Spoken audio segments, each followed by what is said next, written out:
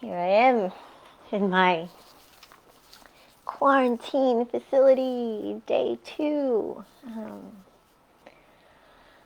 Yeah, as you can tell, the television has been covered with some beauty. Um, there's no Netflix for those of you for Sharon, who you asked if there was Netflix. There's no Netflix, but I do have Netflix on my computer, which I just set up. Obviously, I'm on it. Yeah, day 1. Day 1 yesterday was good. Was good. I realized that the sun doesn't really shine. The sun doesn't really shine out my I mean, it shines out my window, but it doesn't touch my building. That's okay. I can see it in the distance. I do have some green trees down in the streets, which I can see. Though what I've been realizing is that this time here, this 2 weeks in quarantine for me feels like a real gift, even though I know I'm sure it's going to have its challenges, being in a room without fresh air for 2 weeks. Though, and the food's not so good. I kind of feel a bit bloated from what they sent me last night. Though, I will be placing an order to Woolworths, and I've got Uber Eats that I can order as well. Though one of the things that I'm actually really looking forward to is this time to be with myself, this time to, like, there's so often that I jump from one reality to another reality with not much spaciousness to really integrate. Hi Mariana, I love you.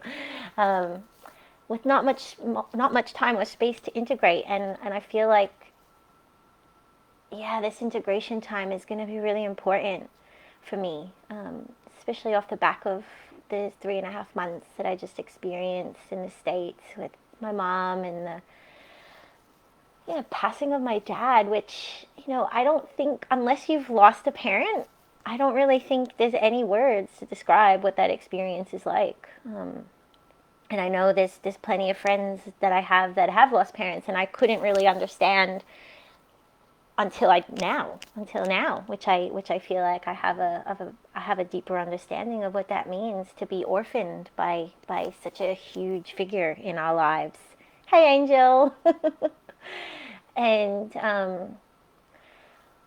yeah, the journey that I've been on in these past 3.5 months, really facing that letting go of this father figure, this masculine attachment figure, which it's been huge. And in that, what I've realized is the subtle, maybe not even subtle, because it's been wild. Some of my friends that will can attest the challenges and the layers of grieving that I had to go through to really unwind and let go of these deep binds to this attachment figure, which was my daddy, my hero for my whole life, and what that meant for me to let him go physically in that way.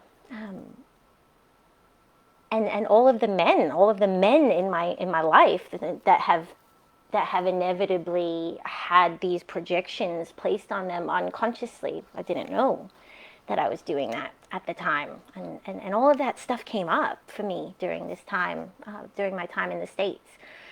Really having to look more closely at the way that my attachment patterns, that I've done a lot of research thanks to a dear friend Susanna, who sent me some great information. It's like a real anxious attachment style with a little bit of avoidant in there, mainly when my anxious tendencies aren't met. I kind of go into shutdown. Though,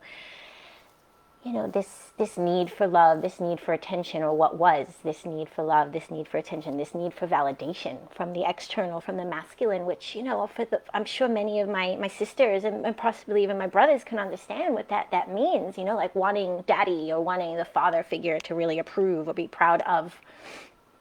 And how so much of my life was spent in, like, really wanting to make my dad proud. And it really wasn't until recently, the past couple of years, that I stopped trying to make him proud, because I really realized, I really remembered, I really could see and feel how proud he was, mainly because I was proud of me, and that's something that I'm really I'm really in this inquiry right now, this space of validation from the external versus this space of validation from the inside, which for me right now, these past 3.5 months have been so huge in cultivating that connection to myself, that devotion to myself, that love for this being, and this tender, squishy being that for so much of my life I had these walls up around me because it was so scary to love and to be hurt or to have my heart broken, and that has happened. I'm sure at 43 it's pretty inevitable to have one's heart broken, and then mine certainly has had that experience, and so the walls that have come down during this time, and it's such a gift, it's such a gift. I remember growing up, I thought that being vulnerable was a weakness. And now I'm really realizing that being vulnerable is one of my greatest gifts. It's what allows me to feel connected, not only to my own humanness and my own preciousness, though to the humanness and the preciousness of my brothers and sisters, this earth, all of the people, all of the creatures that are suffering. It's like when we know our own suffering, we can really empathize and have compassion for the suffering of others around us, and that's been one of the really great gifts that has come during this time of quarantining, like even before going to the States, before my father passed away, really taking that conscious time in Melbourne and at the lighthouse to really just keep diving in ceremony and in prayer with my family there, with my connections there, to unpack and see these deeper tendencies that kept me shut down to life, essentially, and that kept me in fear from fully stepping more fully into the unknown. And I know most of my friends will look at me and say that I'm pretty much a void jumper, cliff diver. I have that tendency, and that's okay. Though there's something that I've been realizing in this for myself, that there's more surrendering and more letting go that is available to me when I can continue to trust in myself and in my humanness, that it's okay to be afraid, and it's okay to feel insecure, and it's okay to have doubts, and it's okay to let go. Like, letting go is such a big part of life. It's such a big part of life, letting go of those that we love the most, the things that we love the most, and the spaciousness that's created in that void, like letting go of a parent, or letting go of a lover or a friend, that because we're all just constantly growing and evolving and shifting and changing. And in the past, how tightly I gripped on to the people that kept me, that I kind of had this perception that they kept me safe, or that it was familiar, or that it was comfortable, because that change, that shift was so frightening, scary. Can I do it? And I would say that letting go of my marriage 3 years ago was like such a big initiation, which I feel really set the stage for me to have to learn to keep going, to love myself, to give myself permission to let others in to support me. Those walls really began crumbling during those 3 years, the past 3 years, and I also feel like it was the greatest preparation for losing my dad, which, like I already mentioned, there's no words, and it's been the greatest gift. It's been the greatest gift. Like returning to the U.S. and like really reclaiming these parts of myself that I walked away from so long ago, because it was painful, or because it's just like, forward, onwards, without actually completing the past. And what I realized this trip is completing the past actually frees us up to allow whatever is for us to enter into our field. that allows our lives to be greater than imagined, really walking through the unknown, free from those burdens that we carry from the past, whether that's personal burdens or ancestral burdens or collective societal burdens, and yeah, returning to the States and being at my mother's house for 3.5 months in the home, in the place that I just, oh, it was just so fraught. Like the town, the area was so fraught with just such bad memories. And I made a promise, I'm going to love this place. I'm going to love this place because I didn't think there was no other way I could survive if I didn't fall in love with New Jersey. I was so afraid of arguing with my mom, reliving all these past kind of dramas that we engaged in them. No, in the absence of my dad and in that tender space of just allowing ourselves to be vulnerable and grieve together. Yeah, I could do a whole hour, 2, 3, 4, 5 on just the depth of connection that I feel like I retrieved with my mom. The healing that was retrieved in that space. That probably wouldn't have happened had my dad not passed away. And in that is the greatest gift that he left us both. I'm sure she would attest to that as well.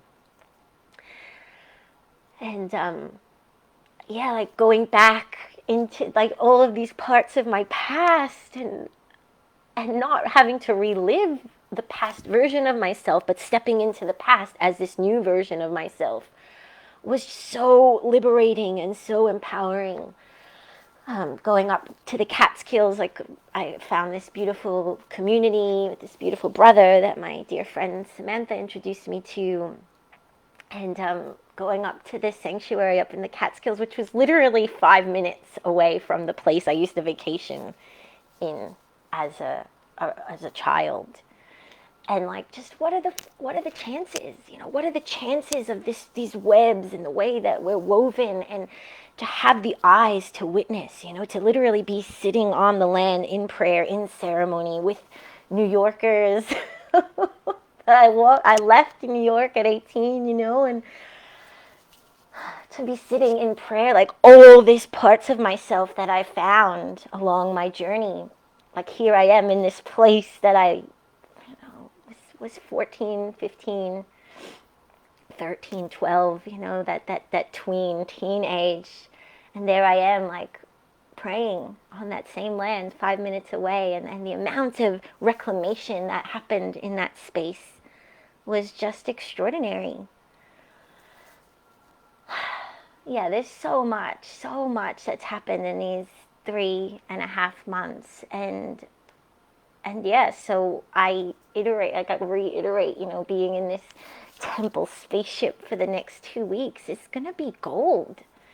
Yeah, I'm not gonna be breathing fresh air or being in control of when I go outside, or not even seeing the sun, or getting food dropped off at my door with a little knock, not seeing another person live, or the nurses calling me, are you sick, are you feeling, are you checking, do I have COVID, I'm going to be taking some tests, whatever. All that's just necessities. Though I feel like these next 2 weeks is really going to give me an opportunity to take that space, to allow this old version of myself to really pass, die. And this new version of myself that's emerging to really take root. Because, it's one thing to find these new parts of oneself, to retrieve these new parts of oneself, though how often do I give myself the time to really nurture and water those seeds? Because, yeah, this is it. There's nothing more important than nurturing these seeds, this seed that I am, and sharing that with other, the no other, because all of it is me, really. Though I'm experiencing it through this pinhole, right? This beautiful brother reminded me, we see it all through a pinhole. And there's so much more. And so I'm going to take these 2 weeks to craft my own retreat here in hotel quarantine and allow myself to be whatever it is that I want to be, whatever it is that I need to be.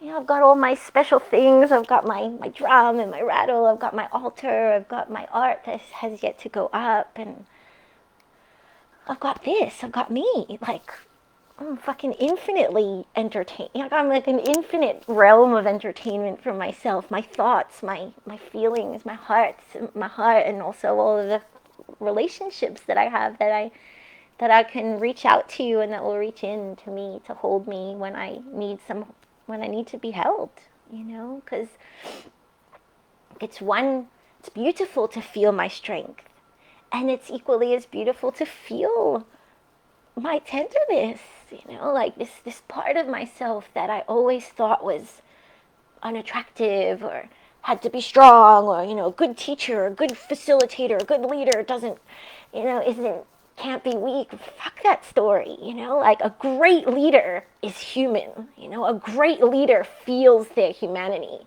and feels it and welcomes it and holds it lovingly and tenderly, and that's me. That's what I am growing more and more into being. Hello, Zariba. Yeah, this is a rant, and that's okay. You know, this is it.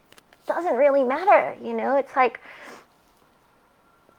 coming on to do a Facebook Live is not something that I would normally do unless I had like a specific message to share, you know, or like, oh, maybe people will be watching or maybe they won't, and that has some indicator of my worth, you know. No, it doesn't, you know, and that's kind of circling back around to where I started, which was like this validation that I've always sought outside of myself, in particular from men.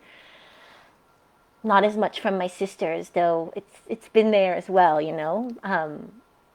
Though again, like this and what I've realized lately is there's this difference that I'm curiously engaging with. I'm pondering at this time. It's like the difference between validation and being witnessed. Yeah, so this need for validation, which I feel for me personally was often fraught in like kind of fraught with a lot of shadow, you know, like, I'm not enough, I'm not good, tell me I'm good, tell me I'm good. Like, if you love me, then I'm lovable. If you see me, then I'm worthy. I have something to share, I have something to show. You know, if you spend time with me, then I'm good. You know, if you come to my class or you come to my course, then I'm good, you know. But it's like that validation from the external is not something that serves me anymore. It's this internal validation, which I realize I've always actually been seeking.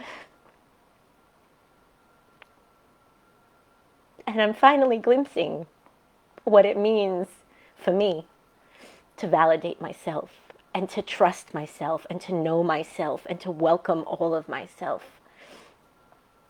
Despite what anybody thinks or what anybody says, or if somebody cares to comment or like or show up, I show up. I show up. I show up. I'm the one who's going to show up day after day, minute after minute, breath after breath for my life, for me. And, you know, kind of parallel to that, which I say I'm curiously looking at right now, is this difference, this distinction between validation and being witnessed. And I don't know what it means yet, but I'm into it. So I'm open to the conversation with anybody who wants to share with me, because it feels important for me to understand the importance of being witnessed. Yeah. And I had a conversation with a dear brother, just a former partner that's now one of my dearest friends, before I flew. I was asking my friends for blessings, like, please give me a blessing to leave this place, because I was feeling really afraid to jump on that plane and come back to Australia on this unknown, leaving my mama and all that love, that just pure love that I feel I had never actually felt in the way that I do now. And I asked him for this blessing, and he shared, because he's known me for 25 years. I mean, we dated when we were 18, and we've been great friends since. And it was in receiving his blessing where he was just like, I'm not worried about you. I'm not concerned about you. You have always just risen to the challenge and always continued to keep going towards your dreams and your visions, and was more eloquent, articulate than that. So in that, I was like, wow, thank you for your witnessing, that this being, whether obviously he has known me for 25 years, though others, doesn't matter the time, it doesn't matter. Like, how do we actually allow ourselves to see one another, not the roles that we play or the masks that we wear or the IDs that we kind of like, oh, I'm facilitator, I'm director of this, I run this thing, it's like beyond that. Do we actually allow ourselves to witness, witness one another? And I had this memory of a few days prior, I was in the forest on some plant medicine, and I remember looking at all of the trees and the leaves, and it was almost like they were just chilling, doing their thing, and they all of a sudden, and I've had this experience many times on plant medicines in particular, and not so much, don't need the plant medicines anymore, because I am the medicine. I've become the medicine in working with those plant allies for so many years. Though it's like when we witness something, like a flower, and this dialogue, this relationship, looking at the flower, it's almost like, everything in nature is simply being itself. It's like an expression of this consciousness that we're all a part of. Like, I exist, like, smell me, look at my beauty, listen to my bird song. Like, everything in nature is constantly expressing itself just for the sake of it. Consciousness is constantly expressing itself for the sake of expressing itself, because it exists. It exists as a piece, a fractal of the one, as a fractal of God, And I've experienced when I actually go to that plant or go to that flower and I smell it, or I put put my body against the tree, or hug the tree, or lay on the earth and actually acknowledge, hey, flower, you exist. Like, wow, your scent is so beautiful, or wow, bird song is so precious. It touches me so deeply. I engage with this other reflection of myself, and in a moment there's an acknowledgement. You exist, I exist, we exist. We're part of this bigger whole. And here we are existing together in relationship, and that's what I feel I'm leaning into more, is this acknowledgement that I need witnessing. And I want witnessing. I want to be like that, I want to be that flower that's just like, hey, I exist. Here I'm in quarantine, like, I exist, of the billions and billions and billions of reflections that there are on this earth. We each exist, and we each have a right to exist. And we each have this capacity to just express our divinity, express our uniqueness, express our humanity, express our greatness, and everything in between. So I think there is a real difference between being validated and being witnessed. And this kind of exploration, or this experiment that I'm embarking upon, of doing these Facebook Lives, talk shows, that I will be interviewing some people in the next 2 weeks. Though for now it's about me, and that's okay. Like, I'm okay with that. People can choose to watch or not. So it's, am I okay? Am I okay with myself just showing up and expressing my gift and allowing myself to simply be a beacon, shouting into the universe, or shouting out to the world that I exist, and it's beautiful. I'm beautiful, and do I allow myself to really witness other in their declaration of their existence and see their beauty as well? And what if we all allowed ourselves to witness one another?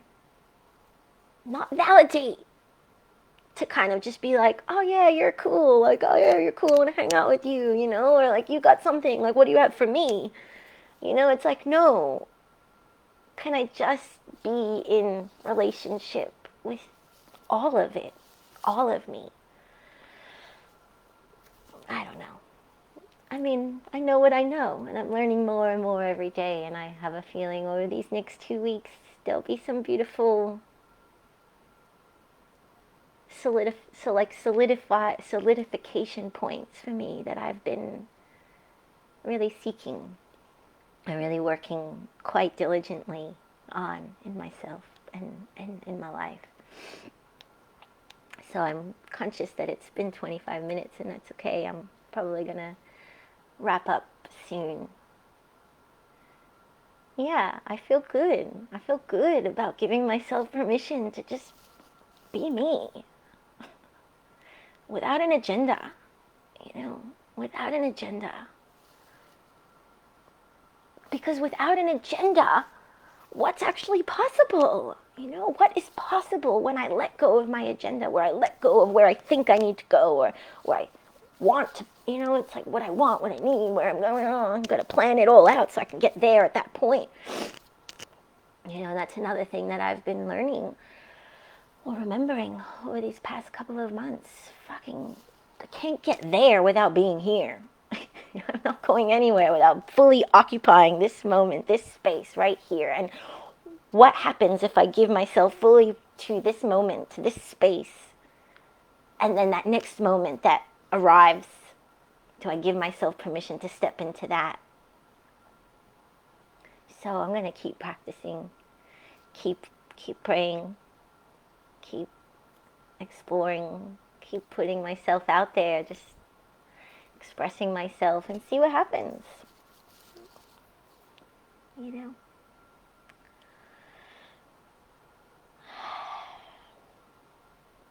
Yeah, so I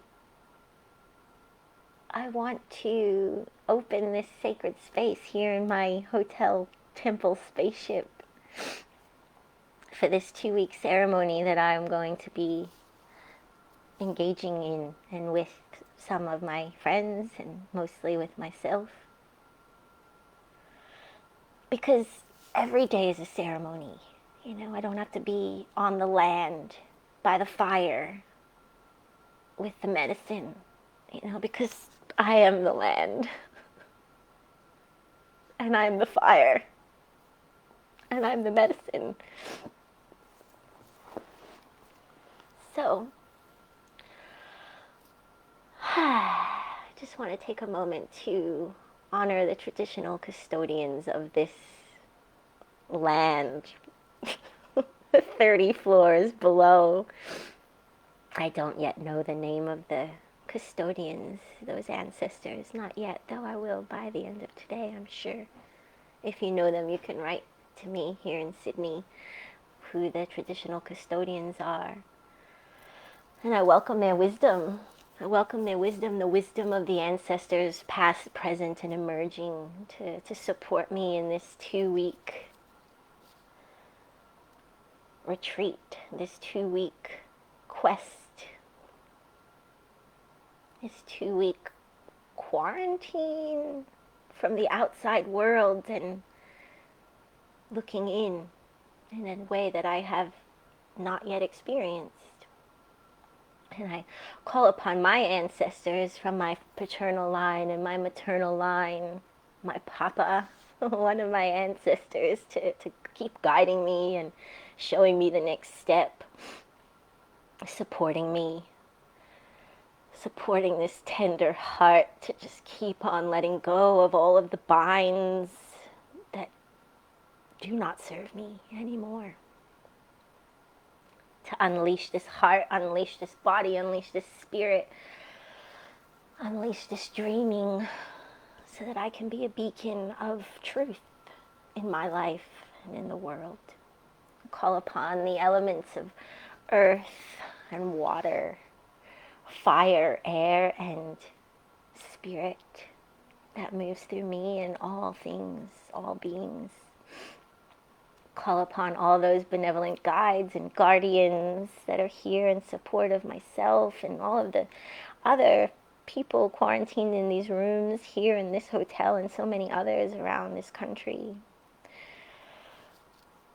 all the allies and benevolent guides and guardians to just watch over all of us who are in some kind of lockdown, going inwards, spiraling inwards at this time to protect us and guide us.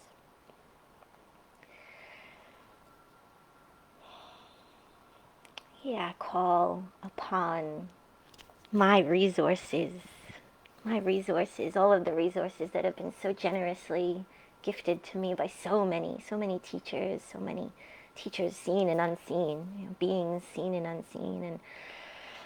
And I pray for the courage and the strength to just live one moment at a time, just one moment at a time, one moment at a time, not needing to know what comes next, just being in awe and reveling in what's here right in front of me, and welcoming and celebrating that which is coming, that which is yet to come. And that these 2 weeks here in hotel quarantine in my temple spaceship may be blessed with so much more of myself revealed to myself and to all those who may witness. Thank you for being here with me. I will tune in tomorrow. I'm not sure if I have a guest yet, but I know I've got a couple of people who may be my guests. I just need to send some emails out today. So I do look forward to being human with y'all and sharing some of these gifts that I've been collecting. This little squirrel has been collecting all these nuts along her way, and I'm here to share, because why not? Our gifts are made to be shared. So why hold back? Yeah. Thank you. Bless your day. And I will aim to be back here tomorrow. Same time, same channel, 11:11. Maybe with a guest, maybe without, but we'll see. It's good committing to myself in this way, even though it's edgy. It's cool. Stretching myself further and further and further and further, till I fully remember that it's all really me. Just like it's all really you.